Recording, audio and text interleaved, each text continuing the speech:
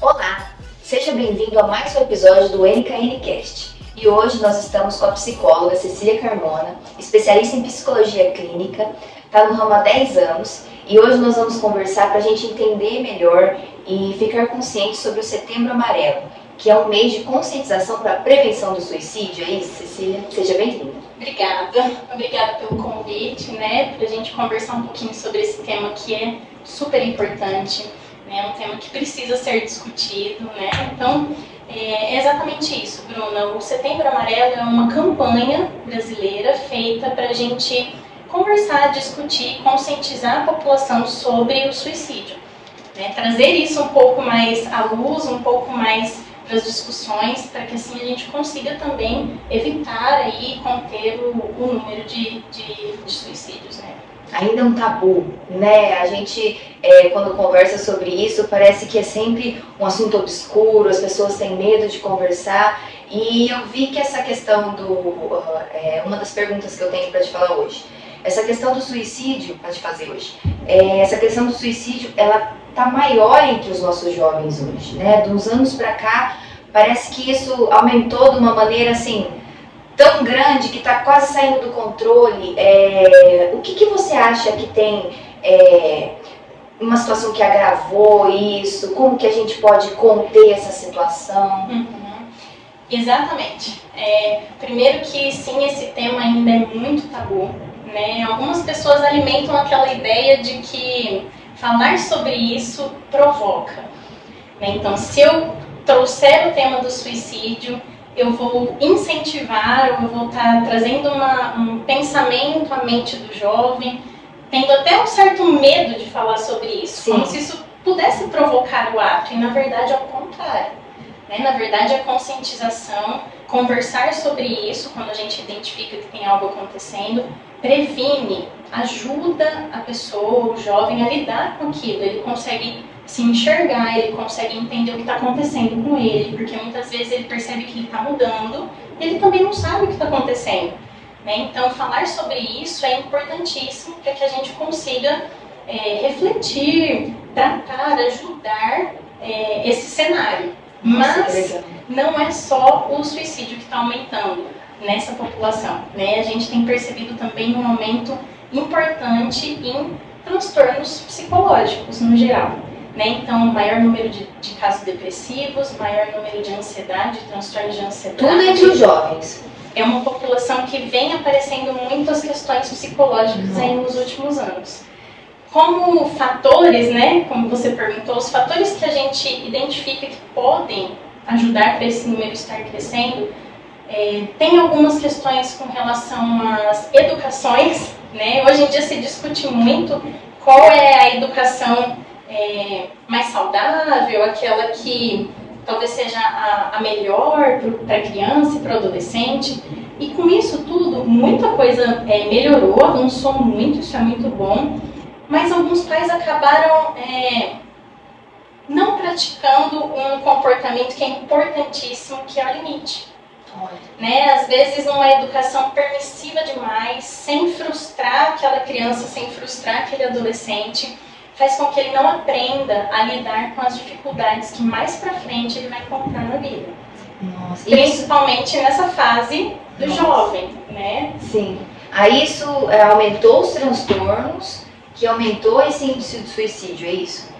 Os transtornos não só por isso, Sim. É porque quando a gente fala de suicídio, a gente fala de algumas ideias específicas, Então, por exemplo, o transtorno depressivo, ele está muito associado aos índices de suicídio. Por quê? Nele a gente percebe sentimentos e pensamentos mais negativos. Então, a pessoa tem uma visão negativa sobre ela, sobre o mundo e sobre os outros. Então, muitas crenças de desvalor, muitas crenças de incapacidade, eu não consigo melhorar, eu não consigo lidar com os problemas. Os 3 principais que a gente enxerga que contribuem muito para o comportamento suicida tem a ver com um sentimento de desesperança.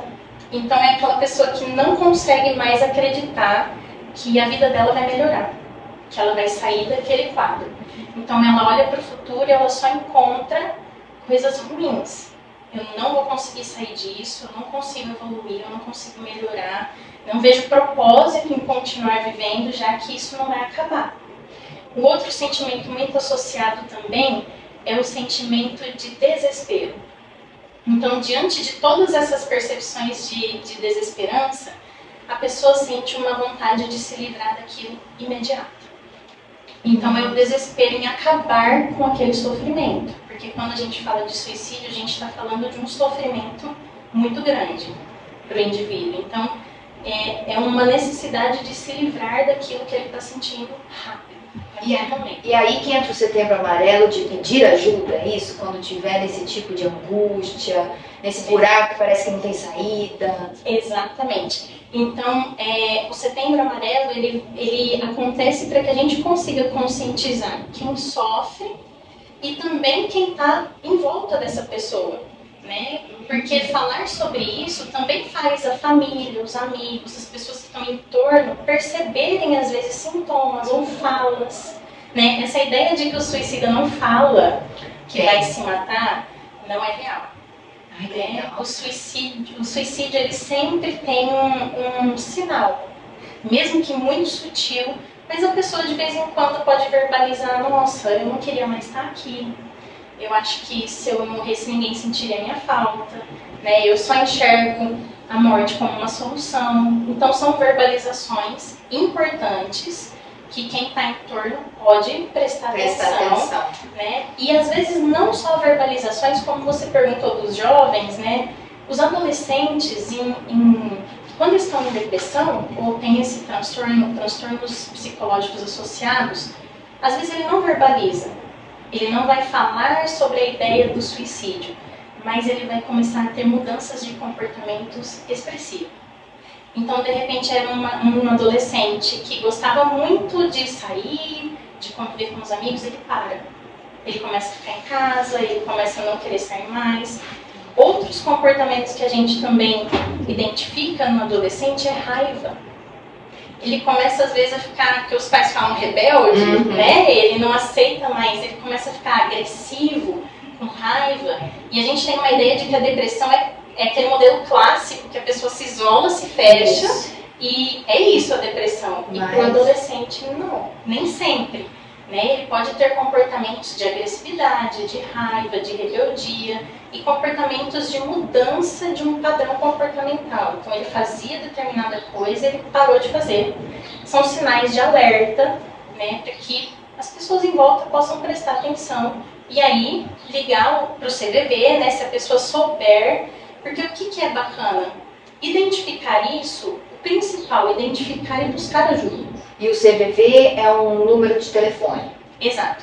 É o Centro de Valorização da Vida, o número é 188 e é um telefone 24 horas. Você pode entrar em contato a hora que precisar e ali tem pessoas capacitadas para te ajudar a lidar com o que você está sentindo no momento. Então, se você está prestes a cometer o suicídio, você está pensando nisso, a pessoa vai conversar com você, ela vai te instruir, ela vai pedir talvez para você chamar alguém que possa estar ali. Então, é um número importantíssimo que ajuda a pessoa, às vezes, a sair daquele pensamento de cometer o ato. Nossa, que legal. Os profissionais, assim, além do CVV, né, onde buscar ajuda, nossa, que é o fundamental de tudo isso, né? Profissionais da área da saúde especialistas, né? Então, o psiquiatra, porque como a gente está falando aí que o suicídio tem 90% dos casos de suicídio estão associados a transtornos psicológicos, né? Ou esse desequilíbrio psicológico, um momento de desequilíbrio. Os mais comuns são o transtorno depressivo, o transtorno bipolar na fase depressiva, a esquizofrenia e alguns transtornos de personalidade. Então, os profissionais necessários, né, não só, mas os fundamentais é a psiquiatria e a psicologia. Buscar a ajuda desses profissionais é fundamental. Se a gente está falando de 90%, né, de associação a isso, então isso é evitável, isso pode ser evitável, isso pode ser tratável. e não chegar ao ponto de cometer o ato. Né? Cici, não é somente os transtornos que acarretam o suicídio. Acredito que as drogas também fazem um estrago muito grande, né? E podem levar a pessoa a cometer um suicídio, não é mesmo? Exatamente, Bruna. As drogas, o uso e abuso de substâncias é um problema de saúde pública. É um problema muito grande que a gente enfrenta no mundo, não só aqui no nosso país.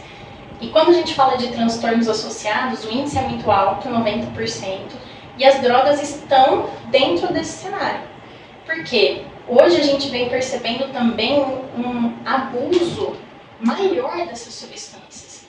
Né? O que leva a ingerir substâncias? Conflitos, na maior parte das vezes. A pessoa tem conflitos internos, questões que talvez ela não está conseguindo responder, resolver, dilemas, e ela acaba usando as substâncias para uma tentativa ou de se livrar do que está sentindo, ou de tentar lidar de alguma forma com o que está acontecendo, né? Pagar aquele sofrimento de alguma forma. Exato. E se a gente pensa no que é a fase do jovem, já é uma fase com alguns conflitos e dilemas interessantes e importantes, né? Então, muitas vezes eles acabam usando sim substâncias por estarem nesse momento e estarem às vezes um pouco perdidos, sem saber como sair daquilo, como lidar com aquilo, né? Por isso que procurar ajuda, o psicólogo, o psiquiatra é fundamental, para que a gente também cuide do uso de substâncias, consiga também diminuir essa estatística. Mas sim, a substância, muitas vezes ela está associada ao funcionamento do suicídio também como uma impulsividade. Né? A gente tem um suicídio aí que ele pode ser realizado de duas formas, a gente considera. De uma forma impulsiva, em que ele comete aquilo em alguns minutos, 15, 20 minutos ali, ele usou a droga, ele está naquele estado, e às vezes o suicídio parece uma ideia importante, interessante, e ele acaba cometendo por impulsividade, não só pelo uso de drogas. Né? A droga ela favorece esse momento, mas o suicídio por impulsividade pode acontecer com qualquer um, mesmo sem o uso de substância. O CBD é importantíssimo para isso, porque ele momento de desespero. Exatamente. São aqueles minutos que, conversando com alguém, a pessoa consegue sair daquele estado e não cometer o ato do suicídio, né? E a gente tem o outro tipo, que é aquele padrão que a gente percebe que a pessoa vai flertando com a ideia de morrer. Então ela começa escrevendo cartas de despedida, ela começa às vezes doando coisas, né? Se despedindo já da vida, então ela vai dando sinais de que ela vai fazer alguma coisa. E esse não é tão impulsivo, ele é mais planejado. A pessoa planeja quando ela vai fazer, como ela vai fazer. Pesquisa como morrer sem dor. Exatamente. Né? Aí os pais ficarem ligados no que os filhos estão pesquisando para também, né? É uma forma de prevenção. Importantíssimo, cuidar das redes sociais, né? As redes sociais, elas precisam ser usadas com cautela, com limites, né? Como a gente tem falado, porque é um meio ainda pode ser muito violento, né? Se isso for usado de uma forma irresponsável e imprudente. Né? Perfeito. E a outra dúvida que eu tenho é, a família que teve alguém que cometeu suicídio, eu acredito que fica devastada, né? O que você recomenda quando isso acontece? O que você recomenda para esses familiares nesse tipo de situação? Novamente, buscar ajuda. É o fundamental, buscar uma ajuda psicológica, um psicoterapeuta, psicólogo, buscar ajuda medicamentosa, né? Porque sim, isso pode levar a pessoa a desenvolver um quadro depressivo, desenvolver um outro quadro emocional. Isso os familiares em volta da pessoa que... Quando há um suicídio, Bruna, esse comportamento, por mais que ele seja individual, né? Porque a pessoa acabou com a própria vida ali naquele momento, não é um comportamento de uma resposta individual. Esse comportamento, esse ato não fica só no indivíduo.